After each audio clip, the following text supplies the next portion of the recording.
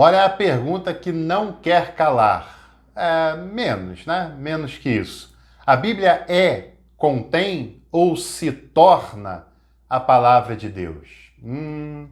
Olha, eu confesso para você que eu tive que vencer a minha preguiça em responder a essa questão, a minha preguiça em lidar com esses termos, porque eu tive que voltar à adolescência teológica. Pois é. Se essa é uma questão que mexe com você, que bagunça a sua mente, a sua imaginação, é um sinal que você ainda está na pré-adolescência teológica. Isso não é uma crítica minha. Mas é uma crítica respeitosa, porque é claro que na vida a gente passa por momentos e momentos. Todos nós fomos adolescentes um dia, fomos crianças um dia, seremos idosos um dia, e não há nenhuma depreciação nisso, são características da vida. Num processo de conhecimento e aprendizagem, nós também começamos como leigos que ainda não entendem nada sobre o assunto, mas quer aprender. Passamos pela infância do conhecimento, com as primeiras obras, os primeiros conceitos, depois vamos para a adolescência até chegarmos na idade adulta, na idade madura, em que temos condições de ler determinados autores, de discutir questões muito mais profundas e sérias. Então, portanto, se você está naturalmente nesse processo de amadurecimento e esteja passando ali pela adolescência, faz parte do processo, fique tranquilo, tranquila, que você está no caminho do amadurecimento. Agora, se você teoricamente já estuda teologia há 20, 15, 30 anos e continua nessas questões, é sinal que tem alguma coisa errada. Você precisa romper a bolha, furar essa bolha, sair dessa caixinha denominacional, unilateral e ampliar o seu conhecimento, conhecendo coisas, correntes, definições, teólogos que vão além da sua própria confissão teológica e doutrinária, principalmente. Eu me lembro que na época que eu fazia seminário, essa discussão aparecia muito. A Bíblia é a palavra de Deus, ela contém a palavra de Deus, ela se torna a palavra de Deus, e isso gerava teorias, questionamentos, debates. Mas posso lhe dizer uma coisa? Essa é uma discussão de seminários, não da academia. Não, academia não. Se você faz uma faculdade de teologia com pessoas com formação sólida, com uma proposta séria, acadêmica, que não é uma leitura confessional da teologia, você vai ver que essa discussão nem passa perto dos debates, nem passa perto dos questionamentos. Porque essa discussão ela é infantil e é proposital. Ela foi criada de modo proposital para trazer confusão e para trazer discriminação a leituras diferentes da Bíblia, por exemplo.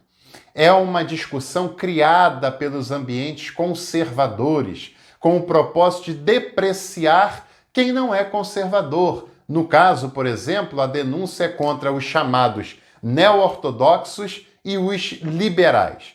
Porque, segundo os conservadores, liberais e neo-ortodoxos não têm estima pela Bíblia, não têm estima pela Escritura, desprezam a Escritura. Que ignorância, pelo amor de Deus! Quem acha que a Bíblia é ditada palavra por Deus é que despreza a Bíblia, que despreza a riqueza do conteúdo bíblico. Porque o que os liberais fazem é se debruçar sobre a Bíblia e estudá-la criteriosamente. Como eles não a respeitam?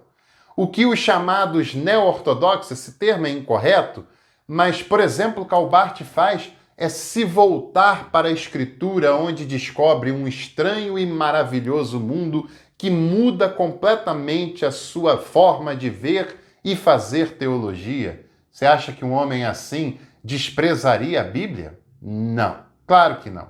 Despreza a Bíblia quem a lê literalmente, ponto a ponto, sem entender os contextos de uma profecia, de uma literatura apocalíptica, de uma poesia, de um relato histórico, de um texto do Evangelho. Nossa, quanta riqueza tem no texto bíblico e quantas pessoas não conseguem enxergar isso porque tem uma mente estragada até pelo fundamentalismo religioso. Muitas pessoas têm uma mente configurada para olhar para o texto bíblico e enxergar o que uma tradição quer que ela enxergue.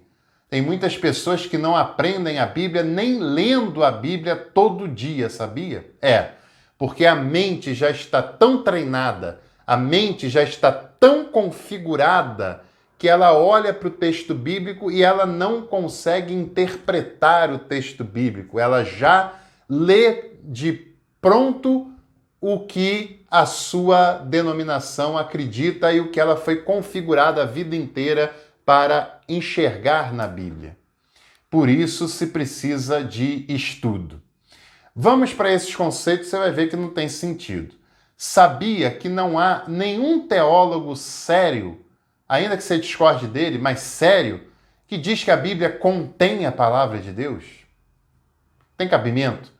Não tem nenhum teólogo sério que diz que a Bíblia se torna palavra de Deus? Não.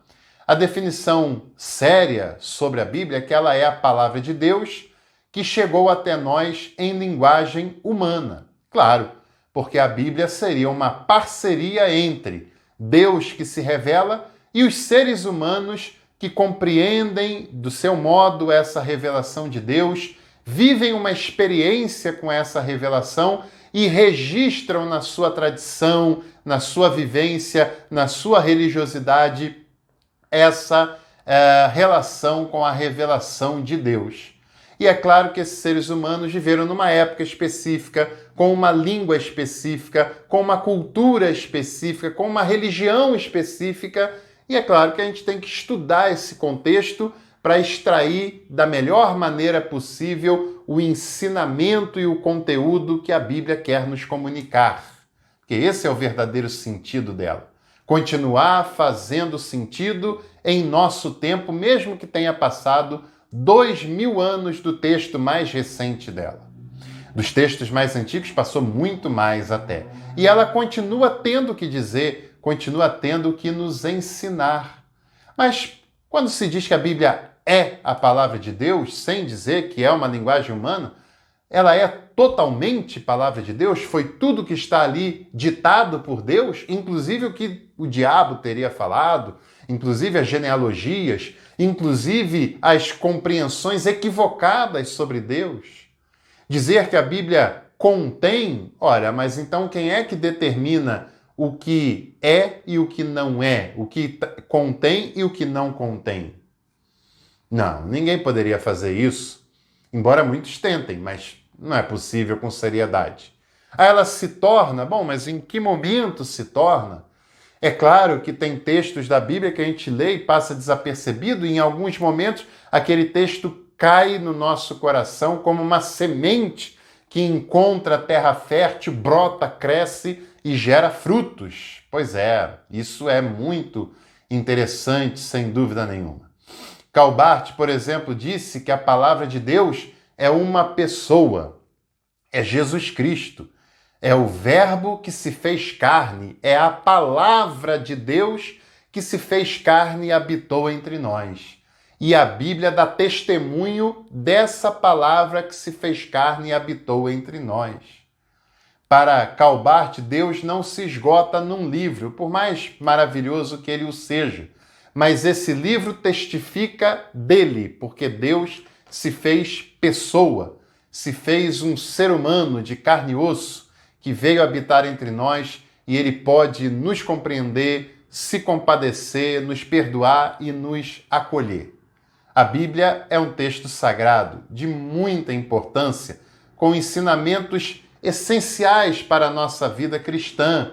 Ela é palavra de Deus que chega até nós com a mediação humana, claro, com os instrumentos do passado que viveram essa revelação e que interpretaram, leram e falaram dessa revelação, e ela chega até nós para testificar de Cristo, que é o Verbo, a palavra encarnada de Deus.